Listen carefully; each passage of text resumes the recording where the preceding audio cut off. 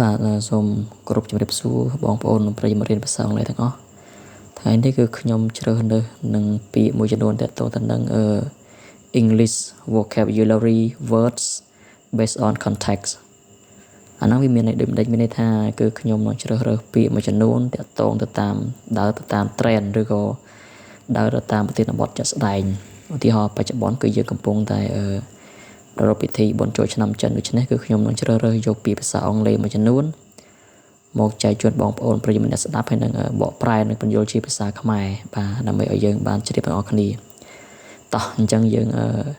ស្ដាប់ទាំងអស់គ្នាថាពាក្យហ្នឹងមានអីគេខ្លះហើយនឹងបកប្រែជាភាសាខ្មែរដូចម្តេចខ្លះបាទពាក្យទី1គឺពាក្យថា Lunar New Year ឬក៏ Spring Festival ពាក្យនេះជាទូទៅដែលតែងតែស្មើនឹងពាក្យគេហៅថា Happy Chinese New Year បាទជឿថាបុណ្យចូលឆ្នាំចិនសួស្តីឆ្នាំថ្មីអញ្ចឹងណាបាទឥឡូវយើងក្រឡេកមើលនិយមន័យជាភាសាអង់គ្លេសឬក៏ពាក្យជាភាសាអង់គ្លេសនៅបាញ់ព្រួយនៅខាងក្រោមគឺគេដាក់ថា the official and cultural names for the holiday មានថាឈ្មោះហៅជាផ្លូវការក្នុងពិធីហ្នឹងបាទអញ្ចឹងពិធីហ្នឹងយើងអាចហៅថា Lunar New Year Spring Festival ឬក៏ Happy Chinese New Year បាទពីបន្តគឺពាក្យ red envelope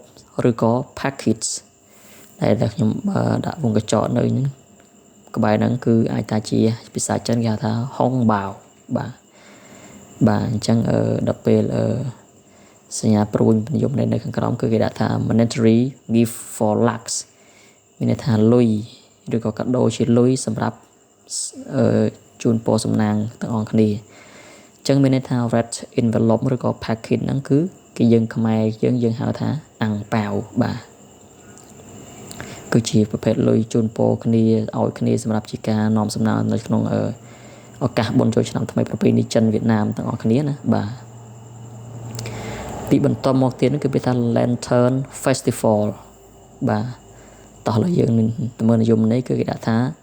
The 2026 Chinese Lantern Festival ពាក្យបើក្នុងមុខកញ្ចក់ជាភាសាចិនខ្ញុំមិនដឹងថាអានយ៉ាងម៉េចទេfalls on March 3, marking the final day of the Lunar New Year celebrations.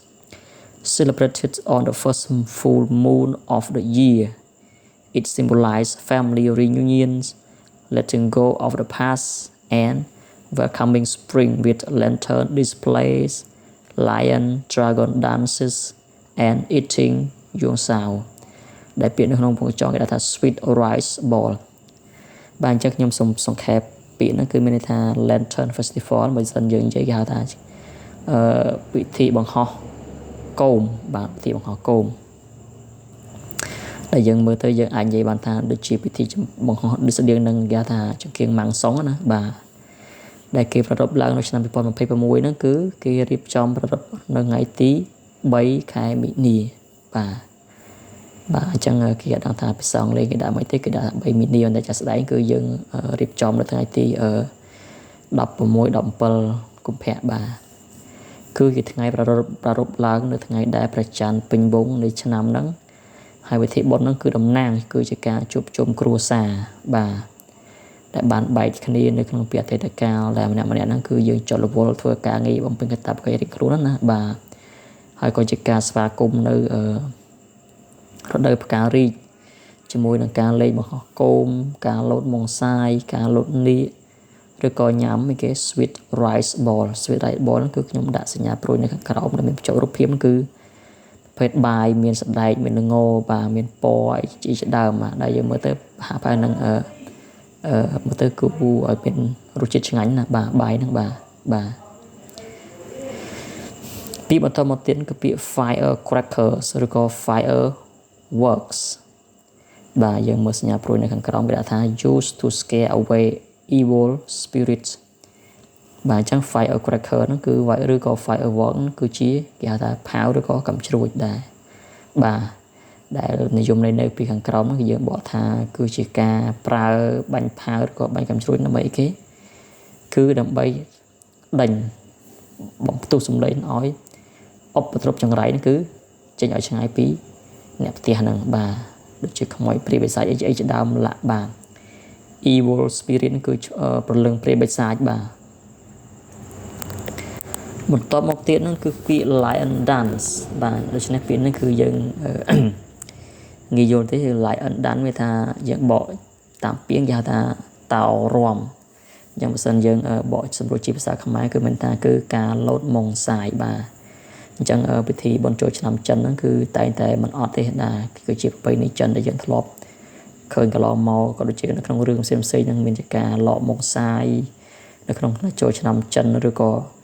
ការពិធីបើកក្រុមហ៊ុនផ្សេងៗហ្នឹងគឺបងប្អូនជនជាតិចិនយើងគឺតែងតែប្រើពិធីលត់ម៉ុងសាយដើម្បីអីគេសុផលក្រុមហ៊ុនឬក៏អាជីវកម្មដើម្បីដេញនៅឧបទ្រពចង្រៃផ្សេងៗបាទដែលអង់គ្លេសគេហៅថា lion dance ពីបន្តមកទៀតគឺពាក្យ dragon dance បាទពាក្យហ្នឹងគឺមិនខុសពីlion dance ប្រហែលទេគឺ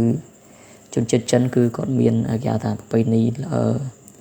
សត្វនាគរាំណាបាទដែលគេមានរៀបចំសត្វនាគជា